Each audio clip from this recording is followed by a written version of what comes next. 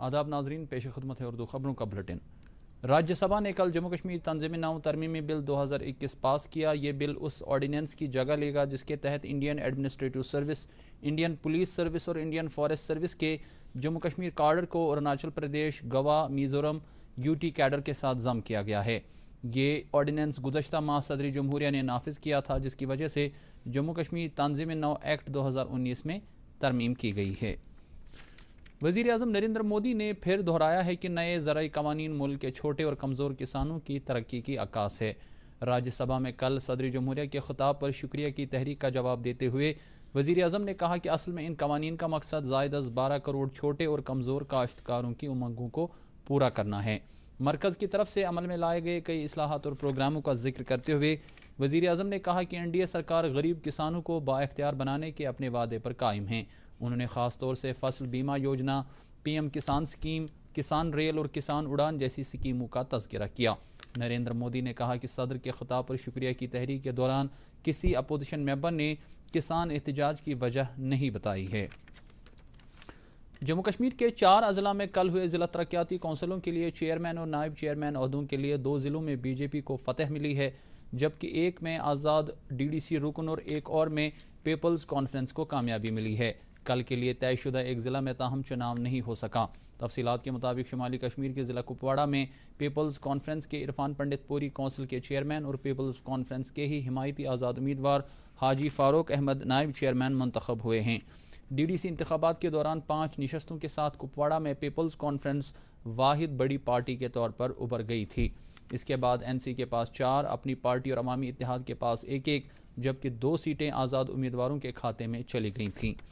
بڑگام ضلع میں DDC council کی تشکیل کے لیے آزاد امیدوار نذیر احمد خان نے چیئرمین کی نشست جیت لی ہے۔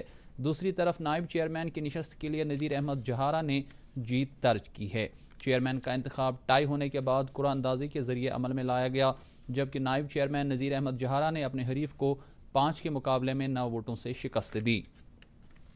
جموں ڈویژن میں کل 2 اضلاع دوڑا اور ادھمپور میں چناؤ ہوا۔ ادھمپور میں BJP کے لال چند چیئرمین اور اسی جماعت کی جوہی پٹھانیہ نائب چیئرپرسن منتخب ہو گئے ہیں۔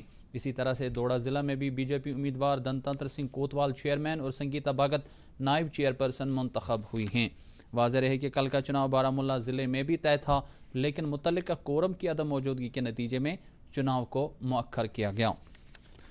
روڈ سیفٹی ماہ کے سلسلے میں کل motor vehicles department Anant Nag کی جانب سے مختلف قسم کی گاڑیاں چلانے والے مقامی ڈرائیوروں میں کچھ کتابچے تقسیم کیے گئے، جن میں ٹریفک قوانین سے متعلق جانکاری درج تھی۔ ادھر موٹر وہیکلز ڈپارٹمنٹ کلگام کی جانب سے کل روڈ سیفٹی مہینے کی مناسبت سے کنی پورہ علاقے میں ایک ڈیبیٹ مقابلہ منعقد کیا گیا۔ اس موقع پر ضلع کے ترقیاتی کمشنر کے علاوہ ARTO دفتر اور پولیس محکمے کے کچھ سینئر افسر بھی موجود تھے۔ GMC اننت ناگ میں کل نرسنگ اور پیرامیڈیکل کالج کے پہلے بیچ کے لیے افتتاحی تقریب انجام دی گئی، جس دوران فرسٹ بیچ کے طلباء میں کافی جوش و خروش پایا گیا۔ Faculty of nursing and paramedical college Anantnag نے طلباء کا خیر مقدم کیا۔ اس موقع پر principal medical college Anantnag نے طلباء پر تندیہی اور لگن کے ساتھ کام کرنے پر زور دیا۔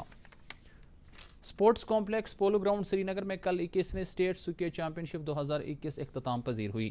چیمپئن شپ میں 600 کے قریب لڑکے اور لڑکیوں نے شرکت کی تاکہ قومی کھیلوں میں شرکت کے لیے ان کا انتخاب عمل میں لایا جا سکے۔